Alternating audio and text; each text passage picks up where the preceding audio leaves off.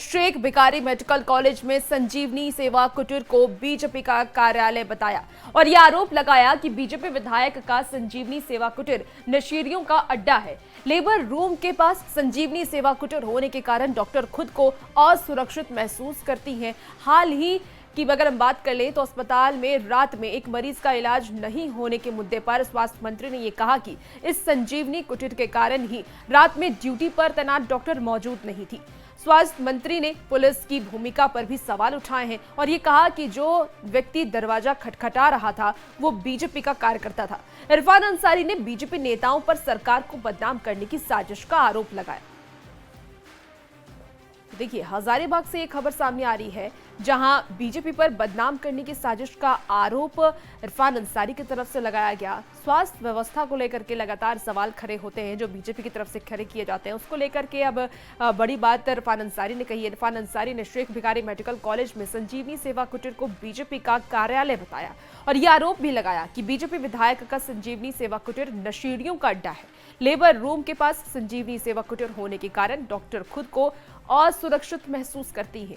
हाल ही का उन्होंने एक एग्जाम्पल भी दिया, एक उदाहरण भी दिया कि अस्पताल में रात में एक मरीज का इलाज नहीं होने के मुद्दे पर स्वास्थ्य मंत्री ने कहा कि संजीवनी कुटीर के कारण ही रात में ड्यूटी पर डॉक्टर मौजूद नहीं थी और स्वास्थ्य मंत्री ने पुलिस की भूमिका पर भी इसमें सवाल उठाए हैं। और ये देखिए, ये एक तस्वीर भी जो दरवाजा खटखटाया जा रहा है जिस व्यक्ति की तरफ से, उसे वो बीजेपी का कार्यकर्ता इरफान अंसारी ने बताया है। तो 5 जून की ये तस्वीर है और इसी तस्वीर को लेकर के विवाद हुआ है। एसएमबीसी का ये विवाद सामने आया है और स्वास्थ्य मंत्री घटना को लेकर के साजिश बता रहे हैं। भाजपा का ऑफिस खोल दिया छोटा सा। जी सर, कुटीर गायनेकोलॉजी डिपार्टमेंट, जहाँ पे हमारी महिलाएं जहाँ प्रसव होता है वहीं पर भाजपा का लोग बगल में झांकता है, रात में गांजा पीता है, दारू पीता है। आप लोग को पता चला जब हम विरोध करवाए जी सर, तब लोग जानबूझकर एक महिला को आगे किया, पूरे दिखाया कि महिला का प्रेग्नेंट महिला है, बच्चा का नहीं हो, प्राइवेट में ले गए और वहाँ बच्चा हो गया। डॉक्टर आना नहीं चाहती है, वहाँ लोग भाजपा के लोग छेड़ता है, नर्सें जाना नहीं चाहती है, भाजपा के लोग गलत नजर देखता है। वहाँ पर संजीवनी जो है भाजपा कार्यालय है, हमारे सदन के हमारा हॉस्पिटल में हमारा मैनेजमेंट चलेगा तो भाजपा का मैनेजमेंट चलेगा। जी सर, वहाँ पर ये भाजपा का दारू पीने का अड्डा है, गांजा पीने का अड्डा है और वो नहीं होता। आज डॉक्टर रहती, महिला डॉक्टर वहाँ रहती। स्वास्थ्य मंत्री के आरोप पर बीजेपी ने पलटवार किया है और ये कहा कि इरफान अंसारी ने स्वास्थ्य व्यवस्था नहीं संभाल रह पा रहे हैं और यही कारण है कि वो अनाप शनाप आरोप लगा रहे हैं। देखिए, इरफान अंसारी एक चिकित्सक हैं और वो जब स्वास्थ्य मंत्री बने तो एक आशा जगी कि शायद स्वास्थ्य सेवाओं की जो स्थिति है वो बेहतर होगी, लेकिन इरफान अंसारी के कार्यकाल में पूरा का पूरा स्वास्थ्य सिस्टम जो है वो वेंटिलेटर पर चला गया और इनकी आदत है बेफिजूल का आरोप लगाना। अब कौन नशेड़ी है जो अस्पताल प्रांगण में जमा है? ये तो इनकी सरकार की नाकामयाबी है जो नशेड़ियों को निकाल नहीं पा रहे हैं अस्पताल परिसर से, और बहुत आसान है किसी दूसरे दल पर आरोप लगाना। शेख भिखारी मेडिकल कॉलेज अस्पताल में बीजेपी विधायक प्रदीप प्रसाद के लगाए संजीवनी कुटीर सेवा को हटा दिया गया है। स्थानीय लोगों ने संजीवनी सेवा कुटीर हटाने का विरोध किया। लोगों का ये कहना है कि संजीवनी सेवा कुटीर के जरिए लोगों को सहायता मिलती है। बोलेगा हमारा नाम ही है और हमारा नाम ही है, हमारा 50 जो भोजन का जो दिया हुआ है कि मंडे को क्या, ट्यूजडे को क्या, वेडनेसडे क्या मिलता है क्या? नहीं मिलता है। तो इलाज का बात है, मिलता है क्या? अरे मिलता है, इलाज होता है क्या? कितने लोग बोले?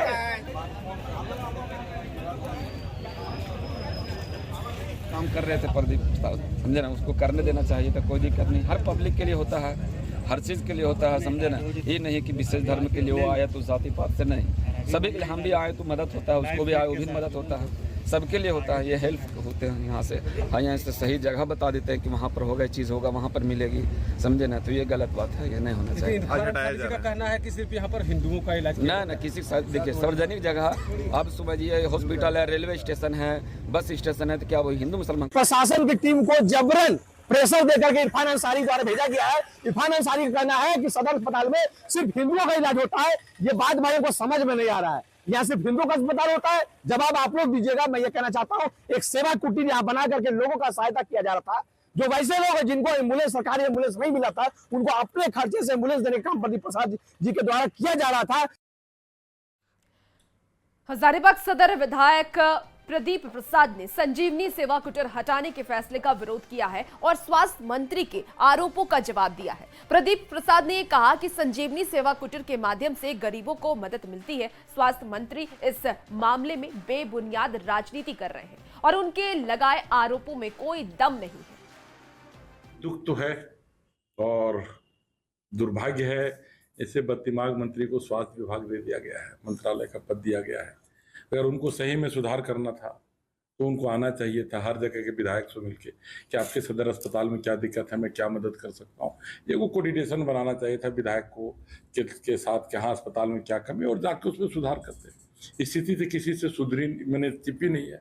हजारीबाग की सदर अस्पताल की स्थिति क्या है, लोगों का प्रत्येक दिन हजारों रुपया खर्चा होता है हम लोगों का, तब जाके वहाँ लोगों का जान बचता है, सैकड़ों लोगों का लाभ होता था। एक सिंगल किसी पे इल्जाम लगा दे रहे, एक सिंगल भी थोड़ा सा आप प्रूफ दे दें कि हमारे लोगों ने कुछ किया है, वो सारे बच्चे पढ़ने वाले अच्छे घर के बच्चे हैं जो दिन रात सेवा कर रहे हैं। और इसी बीच बड़ी खबर राजधानी रांची से सामने आ रही है, जहां रांची विश्वविद्यालय के कुलपति डॉक्टर अजीत कुमार सिन्हा के कार्यकाल की जांच होगी। आपको बता दें कि राज्यपाल संतोष गंगवार ने इसके लिए आदेश जारी किए हैं। वीसी के खिलाफ वित्तीय अनियमितता की शिकायत मिली थी। प्रशासनिक और वित्तीय मामलों की जांच होगी। उच्च एवं तकनीकी शिक्षा के प्रधान सचिव राहुल पुरवार को राज्यपाल ने यह आदेश जारी किया है, तो उच्च स्तरीय कमेटी बनाकर जांच करने के निर्देश भी दिए गए हैं। 22 जून को खत्म हो रहा है कुलपति का कार्यकाल। कुलपति ने आरोपों को खारिज किया। न्यूज 18 से बातचीत में कुलपति डॉक्टर अजीत कुमार सिन्हा का बयान भी सामने आया। उन्होंने कहा कि मेरा पूरा कार्यकाल पूरी तरह बेदाग, आरोप बेबुनियाद है। तो बड़ी खबर आपको इस वक्त राजधानी रांची से बता रहे हैं। रांची विश्वविद्यालय के कुलपति डॉक्टर अजीत कुमार सिन्हा एक बार फिर सुर्खियों में हैं, लेकिन ऐसी सुर्खियां वास्तव में कोई नहीं चाहता। राज्यपाल संतोष कुमार गंगवार ने इनके कार्यकाल का सीधे जांच के आदेश दिए हैं और इन पर जो आरोप लगे हैं प्रशासनिक और वित्तीय अनियमितता के आरोप लगे हैं। सारा आरोप निराधार है, सारा आरोप निराधार है। अब किस व्यक्ति ने कंप्लेन किया, जब जिसका काम नहीं होता है दुश्मन तो बन ही जाते हैं, और दुश्मनों की हमें कमी नहीं है, समझे, बहुत दुश्मन हमारे हैं। इसलिए कौन दुश्मन क्या कंप्लेन किया, अच्छा है कि गवर्नर साहब ने जांच का आदेश दे दिया, ताकि दूध का दूध और पानी पानी अलग हो जाएगा। सबसे बड़ी चीज़ क्या है कि जिन चीज़ों के बारे में पेपर में पढ़ें और जो जिस तरह से चारों अखबार की सुर्खियों पे इस तरह की न्यूज़ लाई गई है, ये अपने आप में बतलाता है कि हमारे प्रति जरूर कोई भावना है उनका। जो कि रांची विश्वविद्यालय के कुलपति हैं, उन पर जांच का आदेश दे दिया गया है। काम को बता रहे हैं, खुद को बेदाग बता रहे हैं, लेकिन सवाल है कि अभी इन पर सवालों का सिलसिला शुरू होगा।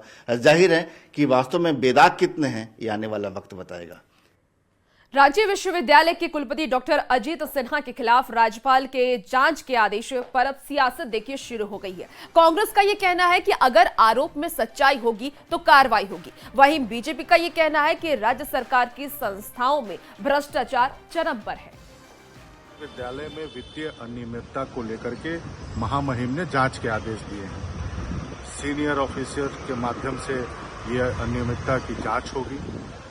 जांच की रिपोर्ट आने दीजिए तो सबको पता चलेगा कि क्या वित्तीय अनियमितता हुई थी, और अगर अनियमितता हुई है तो ये स्वाभाविक तौर पर इस पर जो है सो सरकार को और महामहिम को कार्रवाई करने की भी आवश्यकता है। मोदी जी जब से आए हैं तो केंद्रीय संस्थानों में, कार्यालयों में भ्रष्टाचार बहुत कम हो गई है और उसके चलते बहुत लोग परेशान हुए हैं। लेकिन राज्य सरकार के अंदर चाहे शिक्षा का केंद्र हो, चाहे स्वास्थ्य का केंद्र हो, या कोई ऐसा संस्थान नहीं है जहां भ्रष्टाचार नहीं है। और शराब घोटाले से जुड़ी आपको इस वक्त की बड़ी खबर बताएं, जहां शराब घोटाले के मामले में एंटी करप्शन ब्यूरो ने निलंबित आईएएस अधिकारी विनय चौबे और उनके सहयोगियों के खिलाफ पीई यानी कि प्राथमिक जांच दर्ज की है। इस जांच का उद्देश्य से यह पता लगाना है कि उन्होंने आय से अधिक संपत्ति कैसे अर्जित की। इस मामले में एसीबी ने विनय कुमार चौबे और उनके करीबियों पर आय से अधिक संपत्ति का पीई दर्ज किया है, जिसमें विनय कुमार चौबे की पत्नी क्षितिज त्रिवेदी और उनकी पत्नी विनय सिंह और उनकी पत्नी, इसके साथ ही सीए धनंजय और उपेंद्र शर्मा शामिल हैं। आपको बता दें कि एसीबी ने एक चेक पीरियड निर्धारित करने का फैसला लिया है, जिसमें यह देखा जाएगा कि कितने धन का वैध तरीके से अर्जन और खर्च हुआ, और इसके साथ ही संपत्ति की खरीदारी और निवेश के मामलों की भी जांच की जाएगी।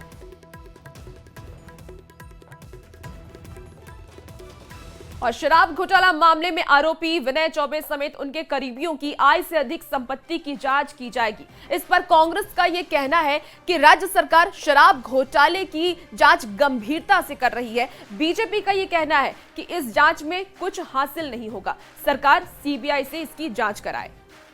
झारखंड में हुए शराब घोटाले को लेकर के लगातार एसीबी अपने कार्रवाई कर रही है।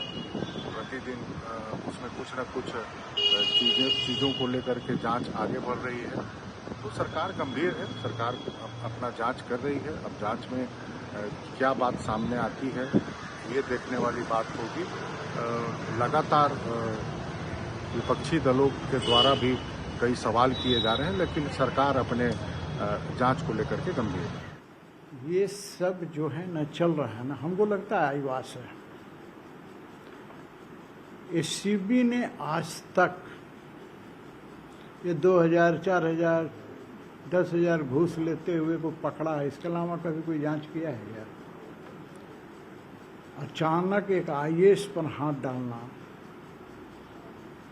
कहीं न कहीं इस बात को दर्शाता है कि कहीं दाल में काला है। अमित शाह के खिलाफ टिप्पणी मामले में राहुल गांधी की मुश्किलें अब बढ़ती नजर आ रही हैं।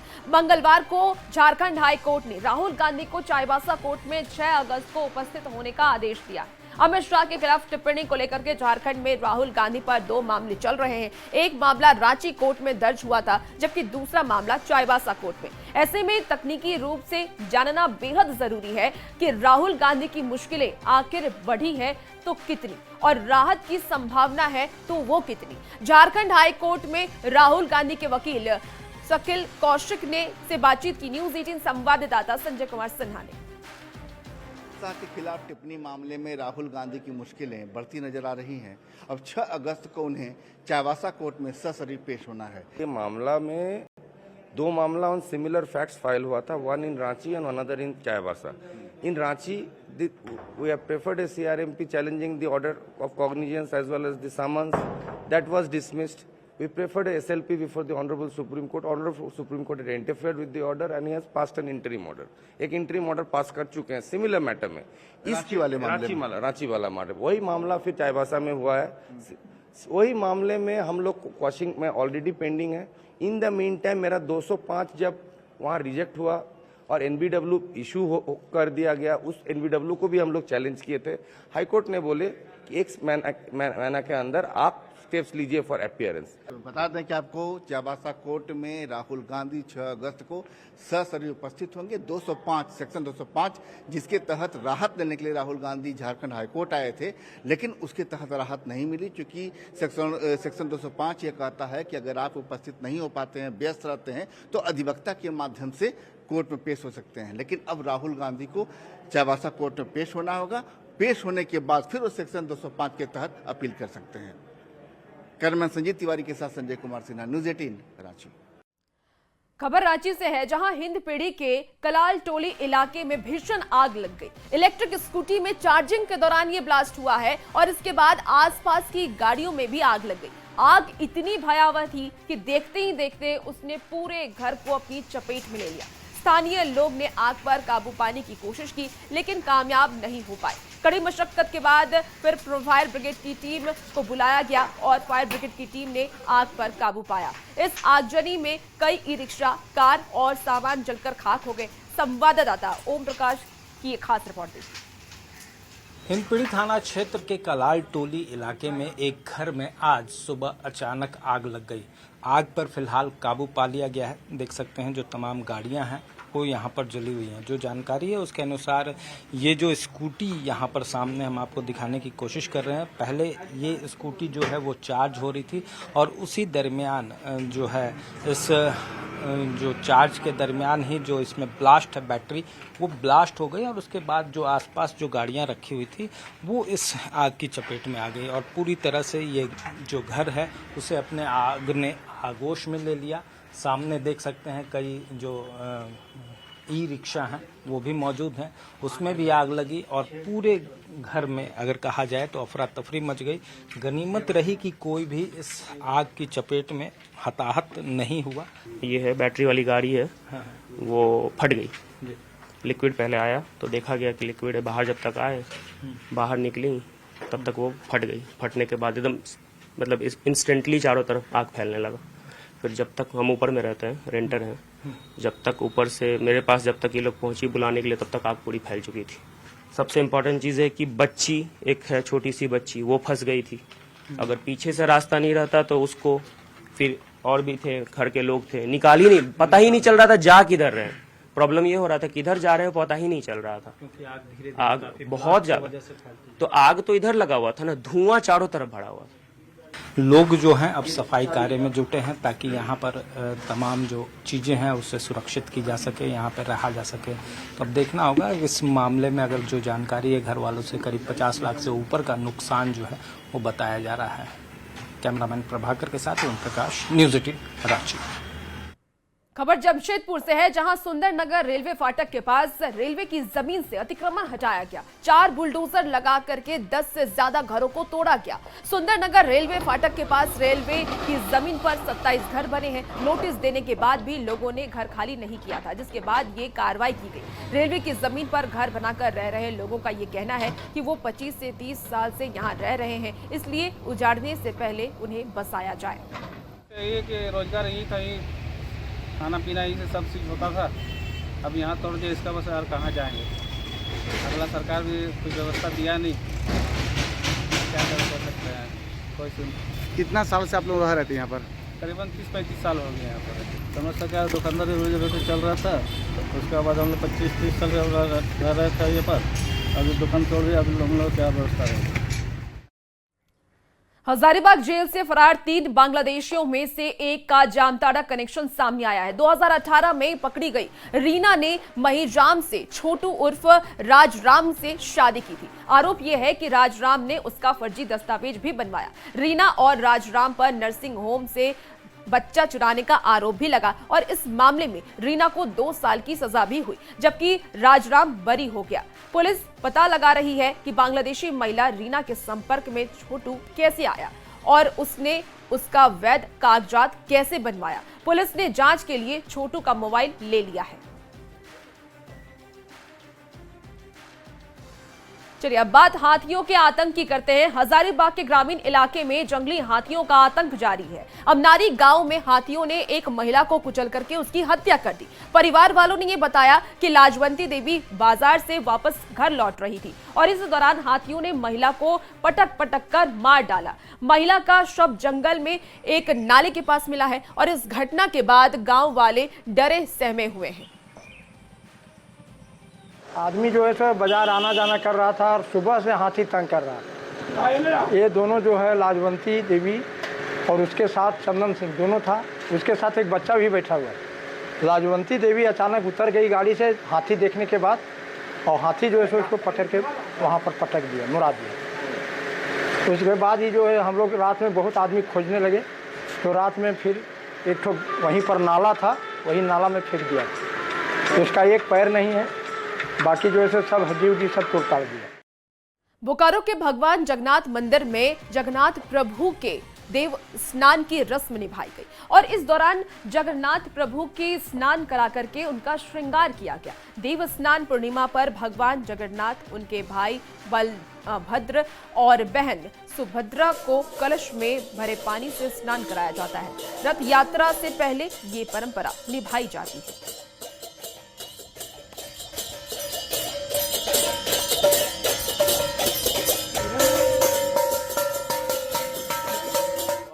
जगन्नाथ जी का महास्नान देव स्नान पूर्णिमा है।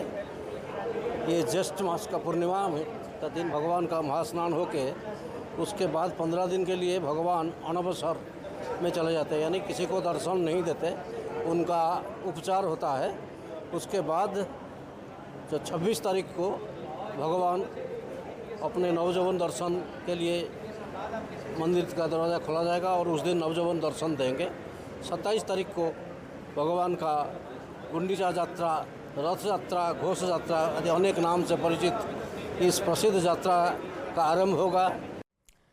और आज देवघर के बाबा मंदिर में श्रद्धालुओं की भारी भीड़ उमड़ी है। ज्येष्ठ महीने के पूर्णिमा को भगवान भोले शंकर पर जलाभिषेक का विशेष महत्व है। यही कारण है कि झारखंड ही नहीं बल्कि बिहार, नेपाल, उड़ीसा और पश्चिम बंगाल से आए श्रद्धालु जलाभिषेक कर रहे हैं। श्रद्धालुओं को कोई असुविधा ना हो, इसके लिए पुख्ते इंतजाम भी किए गए।